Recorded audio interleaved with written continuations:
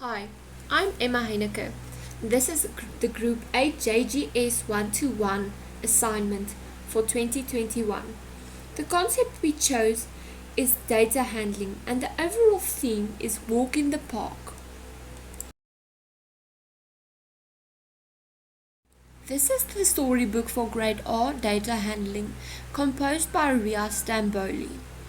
This also includes a few practical aspects or applications that can be applied in the Grade R classroom.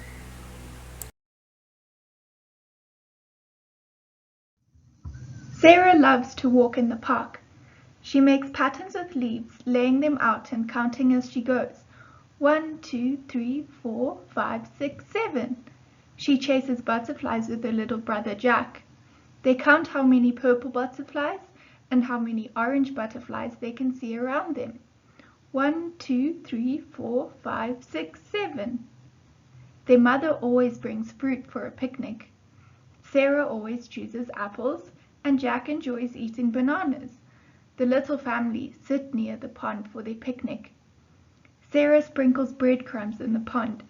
The fish swim up in their beautiful colors, excited for the feast. There are big fish and little fish, some swimming fast and others swimming slowly. After the picnic, Mother watches Jack and Sarah playing with their ball. Sarah is the goalkeeper, and Jack scores between the trees, counting his goals.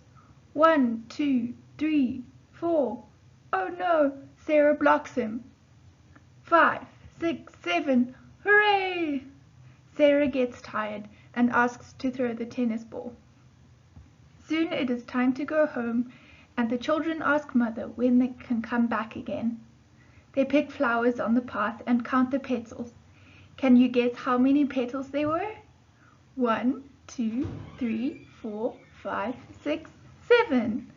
7 is a number that we see everywhere. What can you find that makes 7 when you add them? Sarah loves to walk in the park. She makes patterns. Here follows the Grade R classroom applications and some general knowledge about the Piaget and Vygotsky theories. This example can be used as a representation of Piaget's theory that the child interacts with the environment to learn better.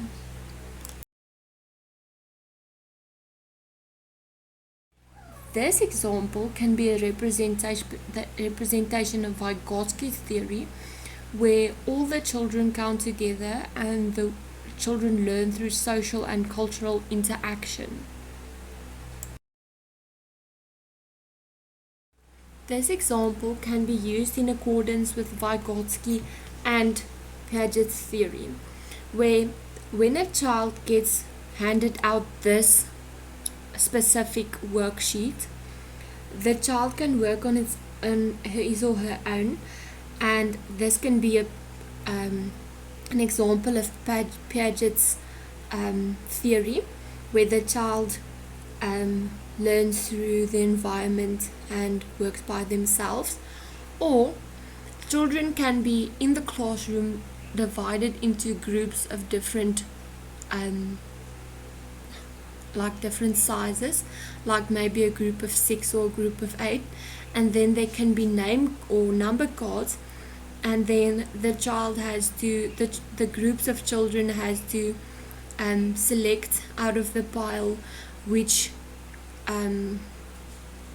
number fits with their group. Like if they have a group of 4, then they have to choose the number 4 out of the number cards, and this is a representation of Vygotsky's theory, where the child is taught through social and cultural interaction, which then improves the learning experience.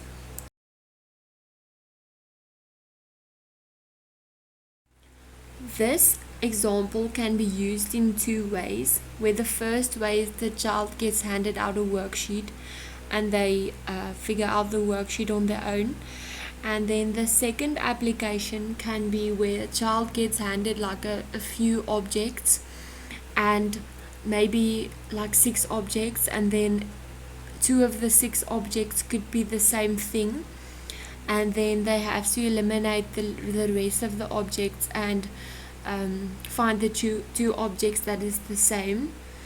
And this is also a example of Piaget's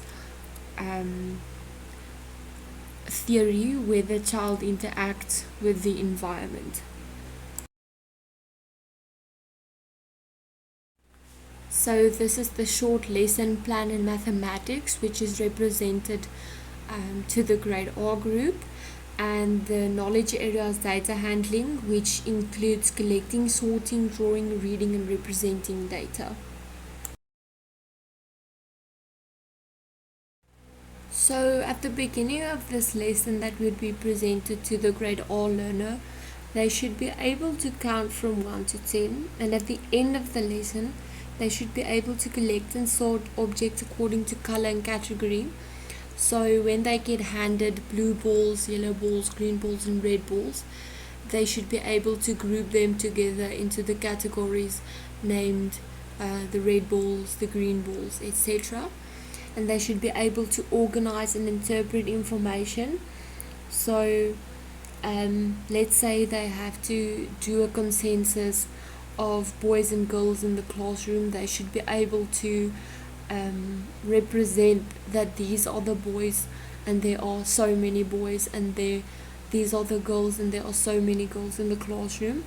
And they should be able to understand that the numbers relate to each other and how they relate to each other, and by means of the example, there are this many boys and that many girls, and then when they are counted together they make this amount of learners.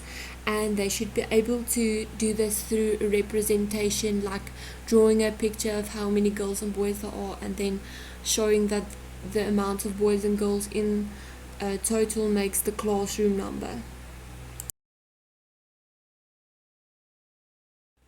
So when a learner in grade R does data handling, I don't think they're supposed to be able to formally present the data, but they can do it by drawing or reporting orally which objects fit into which category.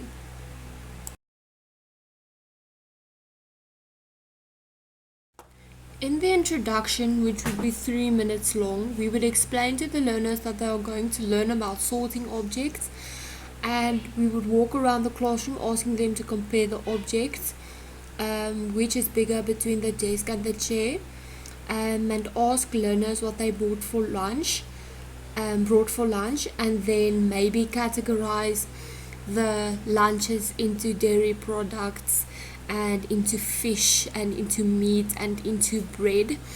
And then the development of the lesson, which would be like 30 minutes, we would ask the learners to sit still and ask them to hold their ears to show that they must use their ears to listen.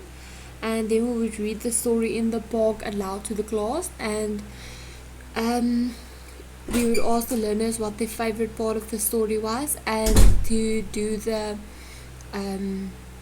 practical representation of the lesson, which is discussed in the previous slides.